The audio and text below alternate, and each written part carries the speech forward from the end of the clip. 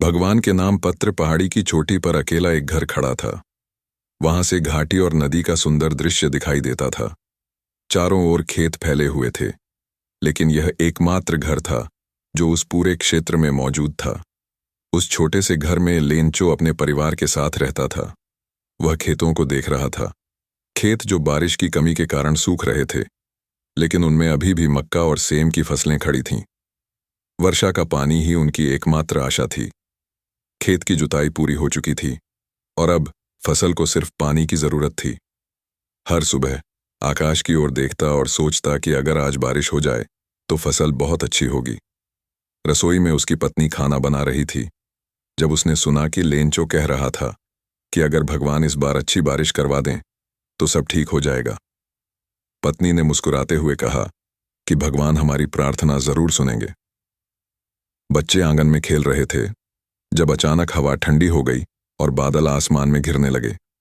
खाने के समय तक, जैसा कि लेंचो ने भविष्यवाणी की थी, बारिश की पहली बूंदें गिरने लगीं। हवा ताजी हो गई और बूंदों ने खेत की सूखी मिट्टी को भिगो दिया। खुश होकर वह घर के दरवाजे पर खड़ा हो गया। संतोष से भरी आवाज में उसने कहा कि ये बारिश के पानी की बूंदें नहीं हैं, ये तो सोने और चांदी की बूंदें हैं। बारिश धीरे धीरे गिर रही थी और हवा की मीठी खुशबू खेतों में फैल गई। लेकिन अचानक बारिश की बूंदों ने अपना रूप बदल लिया। छोटे छोटे सफेद पत्थर ओले बनकर गिरने लगे।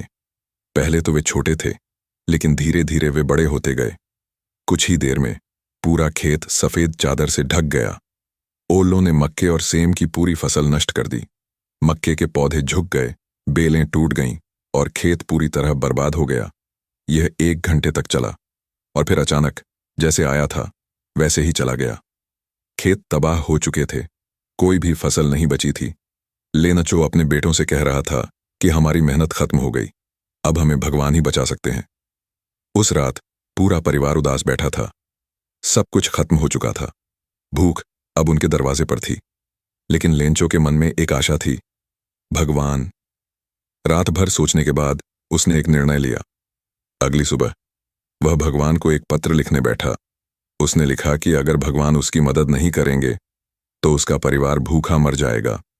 उसे 100 पैसों की जरूरत थी ताकि वह फिर से बुवाई कर सके और तब तक गुजारा कर सके जब तक नई फसल नहीं आ जाती।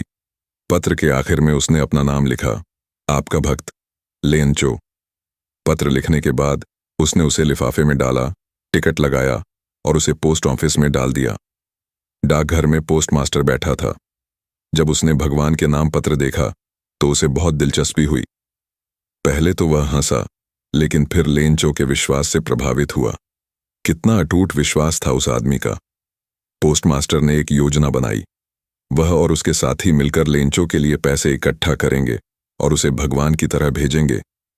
उन्होंने अपने वेतन से, अपने दोस्तों से और यहां तक कि दान मांगकर पैसे इकट्ठे किए।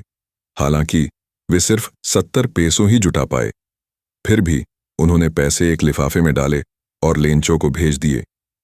कुछ दिन बाद जब लेंचो फिर से पोस्ट ऑफिस आया और पत्र देखा तो वह बहुत खुश हुआ। उसने लिफाफा खोला, लेकिन जैसे ही उसने पैसे गिने उसका चेहरा गुस्से से भर गया। सिर्फ 70 पैसों, लेकिन उसने तो 100 मांगे थे। उसी समय उसने फिर से भगवान के नाम एक पत्र लिखा। उसने लिखा कि उसे सिर्फ 70 पैसों मिले, जबकि उसने 100 मांगे थे। कृपया इस बार पूरे पैसे भेजना, और हाँ, इस बार डाकघर के लोगों के जरिए मत भेजना, ये चोर हैं। आखिर में फिर से लिखा, आपका भक्त लेंचो। कहानी की सीख लेंचो का भगवान पर अटूट विश्वास था, लेकिन वह यह नहीं समझ पाया कि असल में उसकी मदद उन्हीं चोरों ने की थी जिनके खिलाफ उसने भगवान से शिकायत की थी। दोस्तों, the letter to God chapter की ऑडियो स्टोरी सुनने में अच्छी लगी हो तो वीडियो लाइक करें और चैनल सब्सक्राइब करें। अगर ऑडियो स्टोरीज माई ऐप को इंटरेस्ट है तो हमें कमेंट करके एडवाइस दे सकते हैं। Thank you.